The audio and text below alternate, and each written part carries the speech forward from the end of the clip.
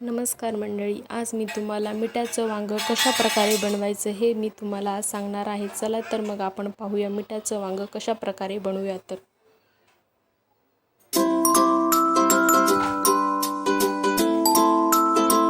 सर्वप्रथम मी इथे 6 वांगे कापून घेतलेले आहे। एक कांदा, एक टोमॅटो, शेंगदाण्याचं कूट, कोथिंबीर, हळद, धने पावडर, जिरे पावडर, लाल तिखट आणि मीठ।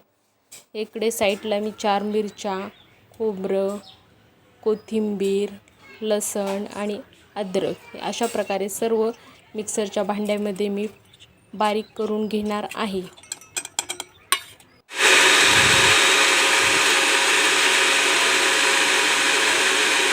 अशा प्रकारे मी बारीक करून घेतलेले आहे। सर्वप्रथम मी गॅसवर कढई ठेवलेली आहे। कढईमध्ये 2 टीस्पून तेल घेतलेलं आहे। तेल छान तापलं की त्याच्यामध्ये 1 टीस्पून मोहरी, 1 टीस्पून जिरे छान फ्राय मोहरी छान तडतडेपर्यंत मोहरी छान तडतडली की त्याच्यामध्ये एक कांदा, बारीक चिरलेला कांदा टाकणार आहे आणि फ्राय करून घेणार आहे।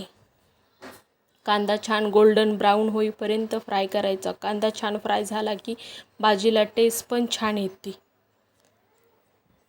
आता याच्यात बारीक चिरलेला टोमॅटो, अद्रक लसूणची पेस्ट आणि शेंगदाण्याचं कूट हे सर्व इन्ग्रीडियंट्स मी टाकून फ्राय करून घेत आहे।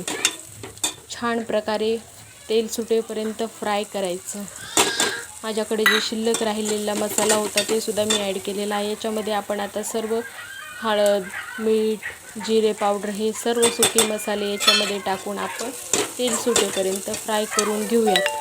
मसाल्याला छान प्रकारे तेल सुटेपर्यंत फ्राय करायचं। मसाला छान फ्राय होईपर्यंत तळायचा। फ्राय झाला की त्याच्यामध्ये बारीक चिरलेली वांगे टाकून 1 ग्लास पाणी ॲड करून घेऊया। तुम्ही पाहू शकता अशा प्रकारे आपली भाजी झालेली आहे। छान शिजत आहे आपली वांग्याची भाजी। याला कलर पण किती सुंदर आणि सुरेख येत आहे।